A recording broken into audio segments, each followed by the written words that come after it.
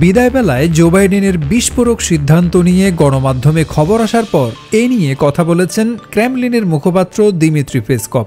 তিনি বলেন, রাশিয়া মনে করে আমাদের ভূমির গভীরে দূরপাল্লার ক্ষেপণাস্ত্র নিক্ষেপের সিদ্ধান্তের অর্থ হল উত্তেজনা বৃদ্ধির নতুন দফা। সম্প্রতি খবর এসেছে রুশ ভূখণ্ডের গভীরে আঘাত হানার জন্য ইউক্রেনকে দূরপাল্লার মার্কিন ক্ষেপণাস্ত্র ব্যবহারের অনুমতি দিয়েছে বাইডেন প্রশাসন। এমন খবরে চটেছেন স্বয়ং নবনির্বাচিত মার্কিন প্রেসিডেন্টের বড় ছেলে ডোনাল্ড ট্রাম্প জুনিয়র। ডেমোক্র্যাটরাও তার এই তীব্র সমালোচনা করছেন।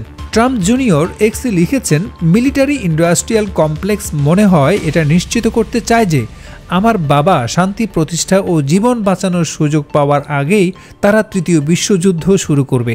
তিনি বাইডেনের সিদ্ধান্ত নিয়ে অকথ্য ভাষায় কিছু কথাও লিখেছেন। এদিকে ক্রেমলিনের মুখপাত্র বলেছেন, যদি এ জাতীয় সিদ্ধান্ত প্রকৃতপক্ষে প্রণয়ন করা হয় এবং কিয়েভ সরকারকে জানানো হয় তবে অবশ্যই এটি গুণগতভাবে উত্তেজনা বৃদ্ধির একটি নতুন দফা। যুক্তরাষ্ট্রের মিসাইল ব্যবহার করে ইউক্রেন যদি রাশিয়ায় হামলা চালায় তাহলে তৃতীয় বিশ্বযুদ্ধ শুরু হবে বলে সতর্কতা দিয়েছেন রুশ আইন প্রণেতা আন্দ্রেই ক্লিসাস। মার্কিন প্রেসিডেন্ট জো বাইডেন রোববার তাদের দূরপাল্লার মিসাইল ব্যবহার করে ইউক্রেনকে রাশিয়ায় হামলা চালানোর অনুমতি দেন। এই সিদ্ধান্তের প্রতিক্রিয়ায় এমন হুমকি দিয়েছেন রাশিয়ার এই নেতা।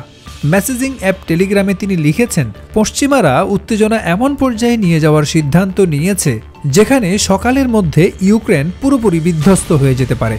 আন্দ্রে ক্লিসাস আরও জানিয়েছেন, ইউক্রেন যখনই যুক্তরাষ্ট্রের দূরপাল্লার মিসাইল দিয়ে রাশিয়ায় হামলা চালাবে তার সঙ্গে সঙ্গে পাল্টা হামলা চালানো হবে।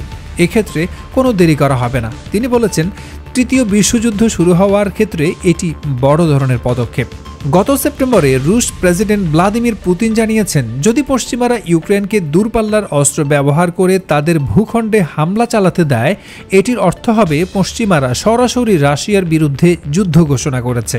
পুতিন হুমকি দেন, এ ধরনের পদক্ষেপ চলমান যুদ্ধের প্রকৃতি এবং পরিধি বদলে দেবে। নতুন এ হুমকির বিরুদ্ধে রাশিয়া যথাযথ পদক্ষেপ নেবে বলেও হুঁশিয়ারি দিয়েছিলেন তিনি। সেপ্টেম্বরেই পুতিন জানান, পারমাণবিক শক্তি সমৃদ্ধ কোনো দেশের মিসাইল দিয়ে ইউক্রেন যদি রাশিয়ায় হামলা চালায় তাহলে রাশিয়া তাদের পারমাণবিক অস্ত্র ব্যবহার করবে। এখন ইউক্রেন যদি মার্কিন মিসাইল ব্যবহার করে হামলা চালায় তাহলে রাশিয়া কী পদক্ষেপ নেয় সেটিই এখন দেখার বিষয়।